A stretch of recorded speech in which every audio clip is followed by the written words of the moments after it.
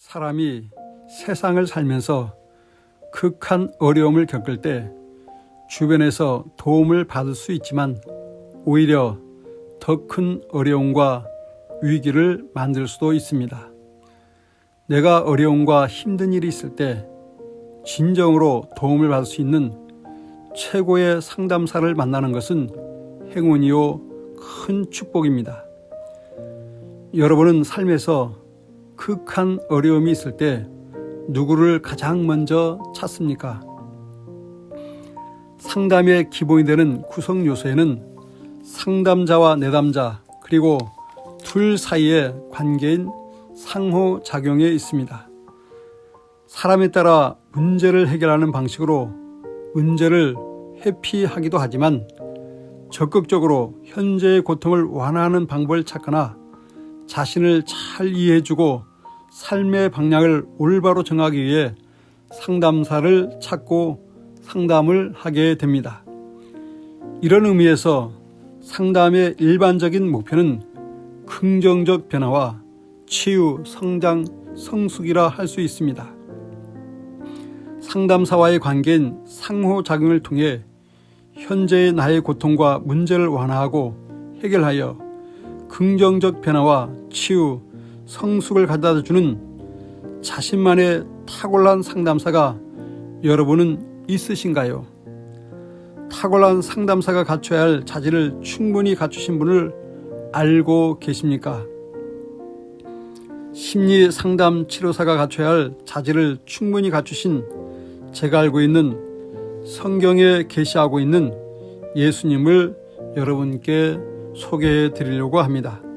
첫째, 예수님은 인간에 대한 애정과 인간의 고통에 대해 남다른 깊은 관심을 갖고 계십니다.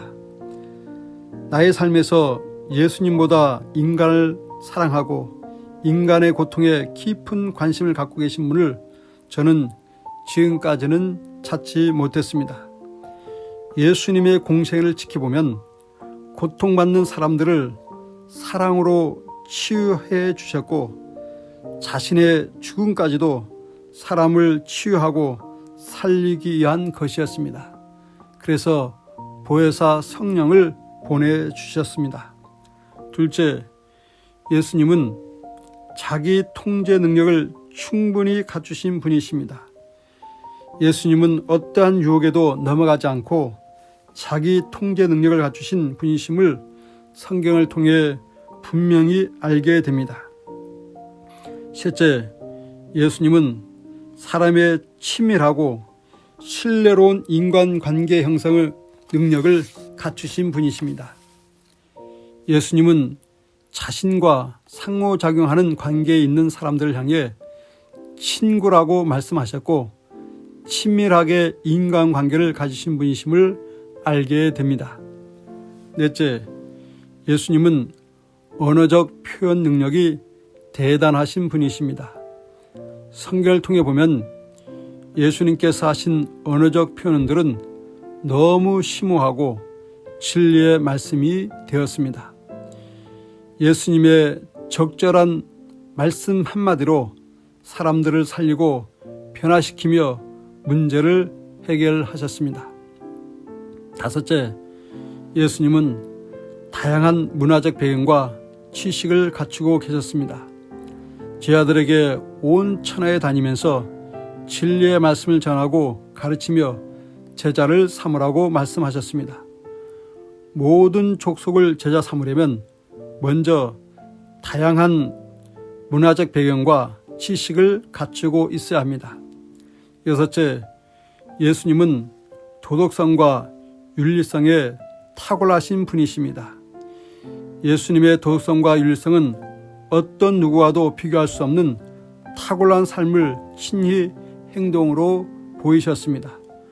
말과 행동이 일치하셨습니다. 일곱째, 예수님은 자신의 욕구 충족을 위해 사람들을 희생시키지 아니하셨습니다. 오히려 예수님은 제자들의 욕구 충족을 위해 자신의 삶과 몸을 희생하셨습니다. 예수님과 상호작용하는 모든 사람들을 윤택하게 하셨고 성숙한 삶으로 변화시켰습니다. 8번째, 예수님은 상호작용을 통해 어떤 금전적, 물질적 거래를 맺지 아니하셨습니다. 예수님의 가난함은 그와 상호작용하는 모든 사람에게 부유케 하셨습니다. 이처럼 예수님은 여러모로 상담사가 갖춰야 할 충분한 자질을 갖추신 분이심을 알게 됩니다.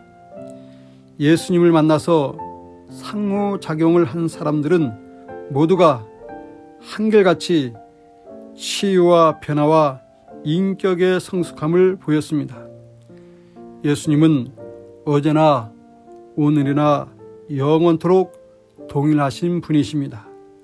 세상에서 힘들고 어려운 자신의 문제를 스스로 해결할 수 없을 때 성경 속에 계시된 예수님을 찾아보시기 바랍니다. 탁월한 치유 상담사 예수님을 만나 상호작용을 하신다면 상담의 궁극적 목표는 긍정적 변화와 치유, 성장, 성숙을 여러분에게 가져다 줄 것입니다. 감사합니다.